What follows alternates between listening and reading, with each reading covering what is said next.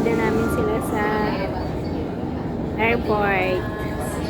Galing kami ng Sentosa. Yan si Ate Val.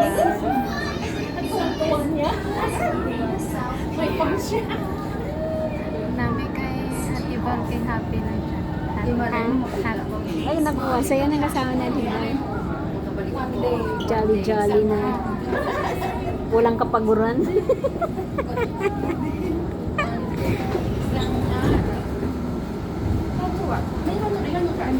Alive na alive.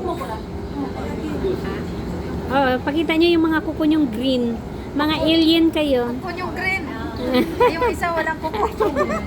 Bakit hindi ka na green, sis? Ah, okay. Ah. Bawal. Ano pag nag-release ka ng mga